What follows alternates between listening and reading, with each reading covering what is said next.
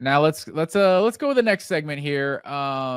We're doing our annual we're doing a position preview this off season for every position. We're going position by position each week, and this week we're going to the offensive line. And so, kind of building on what I was talking about, just being negative Nancy over here about 2024. It was quite frankly the worst year of offensive line play under a Kirby Smart coach team. Like, I'm not even going to include 2016 because I don't even think. And honestly, I think, yeah, 25 sacks allowed this past year. It was the most ever under a Kirby Smart team. That's worse than 2016. The 2016, I usually just throw out all Georgia Kirby Smart data of 2016. It's just basically 2017 and on. That's truly when it becomes Kirby Smart's program. But even 2016 Georgia didn't get allowed 25 sacks. Like I said, the most ever under a Kirby Smart coach team. They allowed 22 sacks in 2022 and 2023 combined. Hear that again. Georgia allowed 25 sacks in 2024. They allowed 22 in 2022 and 2023 combined. Allowed 9 in 2022 and 13 in 2023. So allowing 25 sacks is just unheard of. And it's like, oh, maybe they ran the ball well, right? Georgia was 102nd in the country in rush offense and second to last. They were 15th in the SEC, I should say. Second to last doesn't do it justice. They were 15th in the SEC and rush offense. And there weren't even 15 teams in the SEC before last year. So just unheard of levels of bad on the offensive line for Georgia a year ago.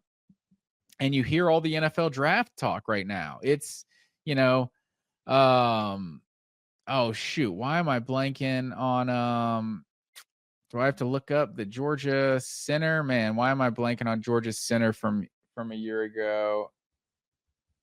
Wilson? Jared Wilson? Is that Jared Wilson? That's the name. Let me look that up now. I apologize, folks. Jared Wilson, right? Jared Wilson. God, I don't know why I was blanking on that. So Jared Wilson, you're hearing talked about as the best center in the NFL draft this year. Dylan Fairchild is getting very high praise of being one of the best guards in the draft. Tate Ratledge is getting a lot of praise for being one of the best guards in this draft. There's a lot of good individuals on this offensive line a year ago, and it's hard to describe why they were so bad. Like, obviously there were injuries to multiple guys, but we've seen how Georgia recruits that offensive line position, the top 100 players they consistently get out of high school. And so for it to be bad, so bad running and passing on the offensive line a year ago is just kind of unheard of. So this year, let's start the tackle position. It looks like, Monroe Freeling and Ernest Green are the two returning starters at tackle. Xavier Truss was the other one in that kind of 3-man rotation at the two tackle spots. It looks like you're going to have potentially a 3-man rotation again this year with Bo Hughley getting into that rotation. So I can't say that I don't know. Like, obviously, Monroe Freeling, people's last, memory of Monroe Freeling was him getting kind of whooped against Notre Dame. And Ernest Green, just in general, just didn't have the best year. Ernest Green had a really good year in 2023. So I trust that Ernest Green will bounce back. He battled injuries most of the year.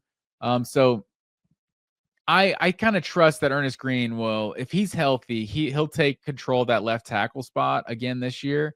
But Bo Hughley feels like the higher upside. Like Xavier Truss, you kind of knew what you were getting. Bo Hughley feels like that guy who's a higher upside, big time recruit out of Atlanta. And to see those three guys kind of battling out for the starting spots, and like we've seen with previous years with Georgia, I wouldn't be surprised, and I think it's ideal for Georgia if they're this healthy to have a 3-man rotation at those spots. Obviously, if you have just two good guys, two studs that you can just plug in, I think you would do that. But we'll see who what that rotation becomes this year. There's also Ja Jackson. He's the most intriguing prospect on the whole team as far as I'm concerned. I think, what is he listed at? Like 6'10, 6'9, 350. The basketball player. This guy moves well on the basketball court. That's all I know. So I'm excited about this guy. It sounds like, he's, as you can imagine, still pretty raw. And I'm really curious to see what he can do, in another year in this system. Also, Jamal Merriweather potentially could get some looks at the tackle spots. Nair Daniels is a young guy. I also wonder about Juan Gaston. He's a guy that's really, creating a lot of buzz this offseason, the true freshman, 6'7", I think 360, 350 coming out of high school. He's listed as a tackle, but, I wouldn't be surprised if, maybe those tackle spots are solidified. And, Gaston is just a guy who to get on the field year one, you stick him at one of those guard positions, because the guard positions are much more unproven. So let's get to the guards.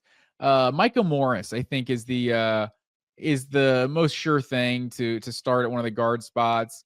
He played really well with Fairchild and kind of filling in for Fairchild and Ratledge at times. But so I feel good about Micah Morris at probably the left guard spot, and then it comes down to who can solidify that other spot. Is it the freshman Juan Gaston, like I was saying? Is it Daniel Calhoun, the redshirt freshman? Is it Michael Uini, I believe is how you pronounce his name. Marcus Easley may have been a guy that was in that group, but like I said, he and Nitro Tuggle, with their off the field incidents, like they're both suspended indefinitely. So we don't really know what the deal is with him. I think he's a redshirt freshman who could potentially have been making that move. Let me look that. Marcus Easley is a redshirt freshman. So it remains to be seen at that position. Daniel Calhoun, like I said, also a redshirt freshman. And Jamal Merriweather at the tackle, he's a redshirt sophomore. So, a lot of inexperience at Georgia right now. Oh, and Michael Uini, he is where is he? He's a redshirt freshman as well. So a lot of young talent. That 2024 Georgia class, it was the number one ranked class in the country. And, seeing a lot of those guys go from freshmen to sophomores, I have a lot of hopes that some of those guys take the next step. Then at the center spot, I think Drew Bobo is really the only guy with any experience at that spot. And so you saw when Jared Wilson missed some time, Drew Bobo was able to, to fill right into that role. And so I think Drew Bobo, I personally, because of the way fans feel about Mike Bobo, I'm nervous. I'm just as nervous as possible for Mike Bobo, because as soon as Drew Bobo makes a mistake, it's gonna, oh, come on, Bobo. You're gonna hear it from the Bobo haters for sure. But yeah, Drew Bobo comes back with a little bit of experience. One completion on his stats as well. That fake punt shovel pass to Arian Smith in the SEC championship. One of the best calls I think Kirby Smart has ever made in his coaching tenure. But yeah, so Drew Bobo, I think, is the solid starter at the center spot.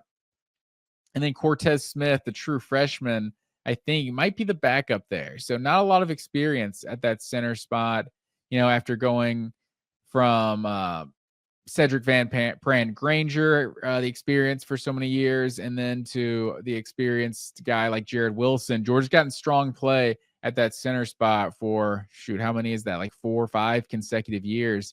So hopefully Drew Bobo can step in and do more of the same.